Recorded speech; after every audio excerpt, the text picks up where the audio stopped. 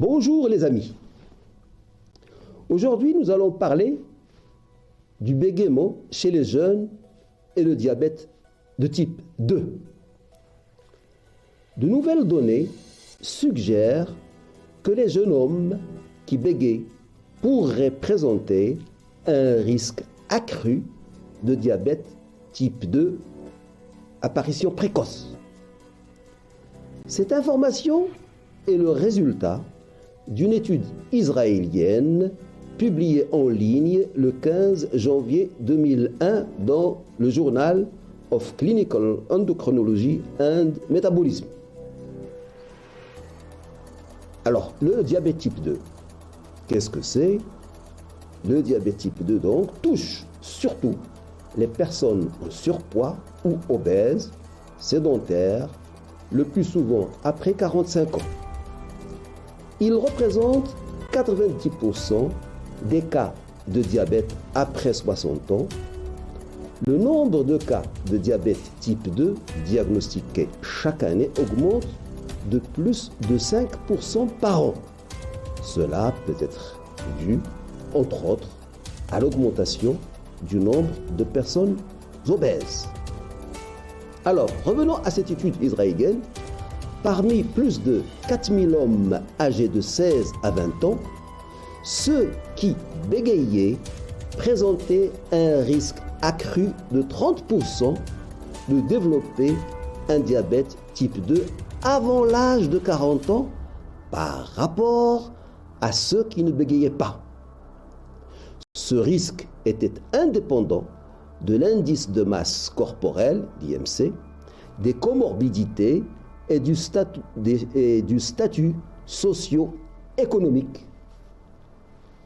La même association n'a pas été trouvée chez les femmes, mais le bégaiement est 4 fois plus fréquent chez les hommes que chez les femmes. À quoi cela est-il dû? Est-ce le stress? Un mécanisme plausible, c'est l'anxiété sociale et le stress qui conduisent à des niveaux élevés de cortisol qui pourraient augmenter le risque de diabète type 2 indépendamment de l'obésité. Cette étude est faite sur un total de 1 224 494 hommes et 889 311 femmes. C'est énorme.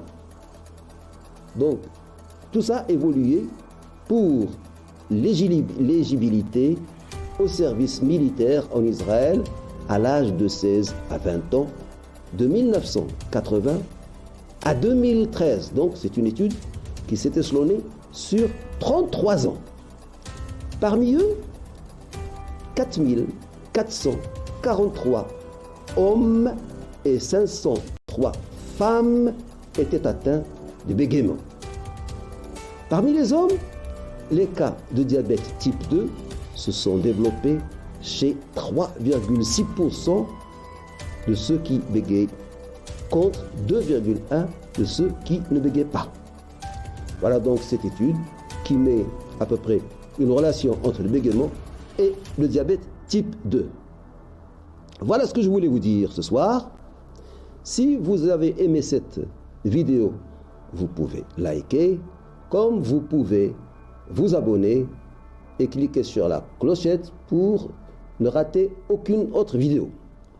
Flash Actu Santé vous remercie de votre attention et vous dit au revoir. À demain.